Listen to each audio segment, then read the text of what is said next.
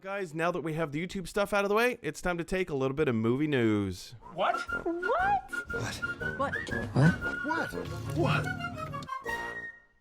All right. It is now time to talk a little bit of movie news. We had some really interesting stuff come out of Middle Europe, Eastern Europe is more like it. The new Texas Chainsaw Massacre movie apparently had a couple of its directors drop out. This news is coming to us from Deadline. Two of the directors, Andy and Ryan Tohill.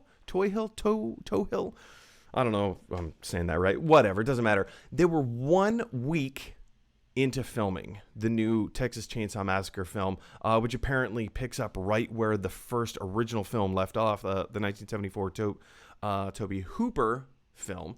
1 week into filming, 1 week into production, and the directors left over quote-unquote creative differences. I think we all know the code for creative differences and what exactly this means. Natalie, you are a film director.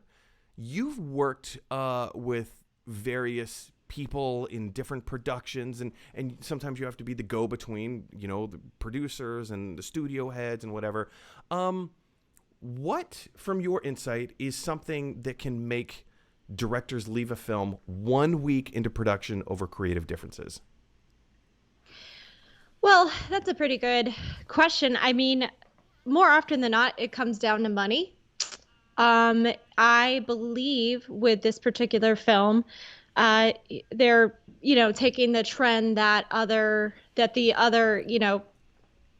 other recent horror films have taken, where you reboot the story from the very beginning, one of them being, Halloween, which was super successful a couple of years ago. But I think when you start any production and you get stuff and you're seeing the footage and it's just not working out, that sounds like a producer call that maybe this film is probably going to be way more over budget than needed. Considering it's filming overseas, I imagine their hope was for it to be dirt cheap. And usually when you have directors that are making last minute changes or just not 100% sure about how something's going to go, that usually prompts the producers in the studio to yeah. Because, typically whenever we hear about, directors and producers parting ways, or rather the directors with the studios, it either happens before cameras start rolling or maybe, a few weeks into production, or, a couple of months into production. If it's a couple of months into production, that's a long film shoot. But being that this is a fairly low budget film and it's only 1 week, is that normal? Is something like that normal, that,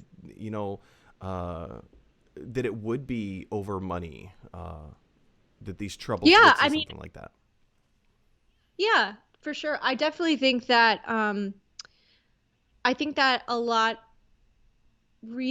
more recently than before, with big film franchises like Star Wars. I mean, it's pretty well known that the directors that did the Lego movie that I love so much, Lord Miller, they were signed to do Solo, and a few months in, it was like, nah, that's not going to happen. Same thing with all the slew of Star Wars film franchises and series that were put on the table and then subsequently canceled around the end of last year. I think that it's somewhat unusual for the audience to be so kind of drawn into what's going on. It's a little weird to have that kind of information leak. This kind of stuff happens. Production, they shut down for one way or another, most recently due to the pandemic, but sometimes they do because it's just not working out. Oh, another one, Doctor Strange 2 lost its director Scott after it started production. Yeah, Scott Derrickson left. And now Sam Raimi, has stepped into that role. So I think it's a little weird that so much information about the creative process is coming out in the media. I think it has to do with a lot of fan speculation. They're a lot more involved than we used to be, thanks to, social media, Right. Rotten Tomatoes, all those things. So now we've gotten in this habit of nitpicking every single little scrap of news that comes out. But more often than not, these things do happen. It sucks when obviously you get to production and you have a changeover. And hopefully what they're probably thinking is like, okay, well, this is what we already have in the can. What can we do really quickly? I thought the director choice was also really interesting. The director of this film, he's a guy that hails from Texas, the new one, not the old guys. Right.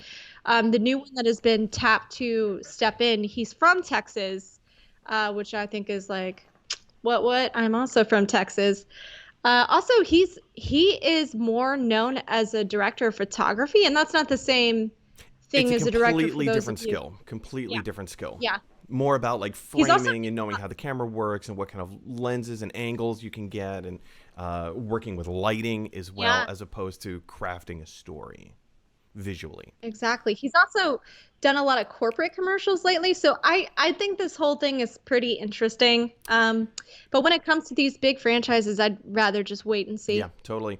So how about you guys? Like, what do you think? Do you think it's abnormal, or do you think it's actually kind of like more run of the mill? Do you think it's more common than we are giving it credit for? Jump on down to the comment section below and let us know your thoughts.